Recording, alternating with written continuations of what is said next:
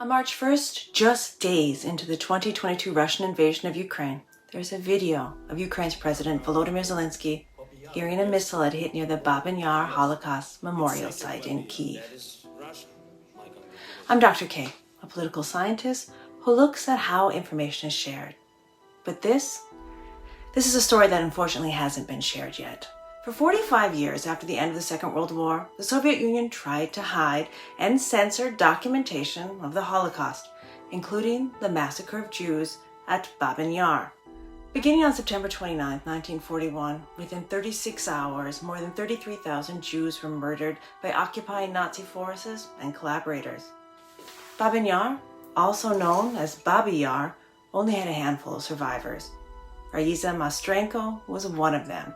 In 2022, the 80th anniversary of the massacre, a German news team met with Raisa and her son Alexei at the place where her grandmother ran with her in her arms to save her. Raisa had written of her experience, what she remembered as a small child in the arms of her grandmother. When the TV tower near the Holocaust Memorial was hit in 2022, the Battle of Kyiv was raging. Russian forces captured key areas of the north and west of the city, putting people who lived there either behind enemy lines or in areas where shelling trapped them, like Raisa. Now 84 and in delicate health, history was repeating itself for her.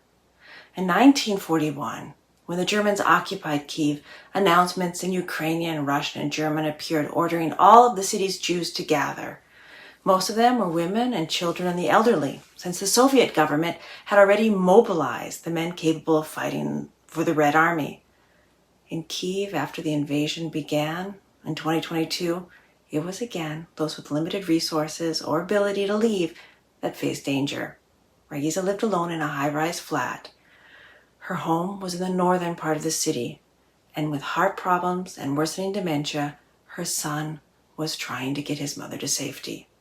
With no medical services available, Alexei was scrambling, even reaching out to the producers who filmed his mother's story in 2021. It probably felt like the Kremlin was still trying to silence Raisa. The Nazis tried to hide evidence in August 1943 when they were pushed out of Kyiv, but the massacre of the Jews at Babyn Yar and in other locations did not fit into the official Soviet version of the war, and the Kremlin tried to erase Babyn Yar. The Soviets saw World War II as the Great Patriotic War, a historic battle between fascism and communism, playing down the racial and ethnic elements of Nazism. By ignoring the systematic killing of Jews, the Soviet Union could avoid addressing the collaboration of local populations with the Nazis. In the Soviet narrative, all citizens were equal victims. Only in 1966 was the site of Babyn Yar even marked. In 1974, a memorial statue put up, but the identification of the victims was vague, and the word Jew was not used. In 1991, on the 50th anniversary of Babyn Yar, the newly independent Ukrainian government remembered the victims.